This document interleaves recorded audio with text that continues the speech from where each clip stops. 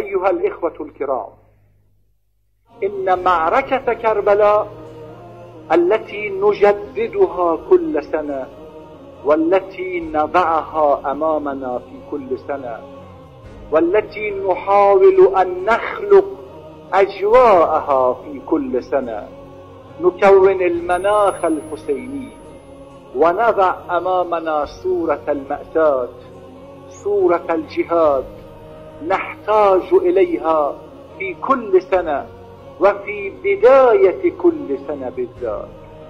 إن سنتنا الهجرية الإسلامية تبدأ بعاشوراء، بمحرم، لكي نتزود من هذه المدرسة، من هذا الينبوع، بقدر كاف من العزيمة والإرادة لمواجهة الحياة الصعبة.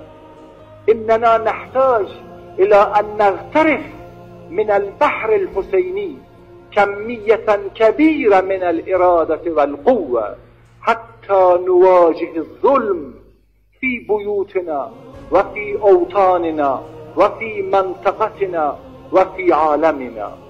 لقد تكاتف الظالمون ضد هذه الأمة وتجاوزوا عليها واغتصبوا حقوقها، وها هم يدبرون المؤامرات على ثرواتها وعزتها ومستقبلها.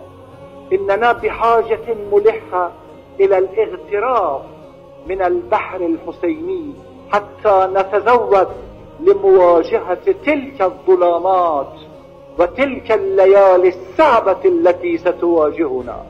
لو كنا في حالة هادئة لما تمكنا أن نجابه، لأن الضعف يؤدي إلى الاستسلام.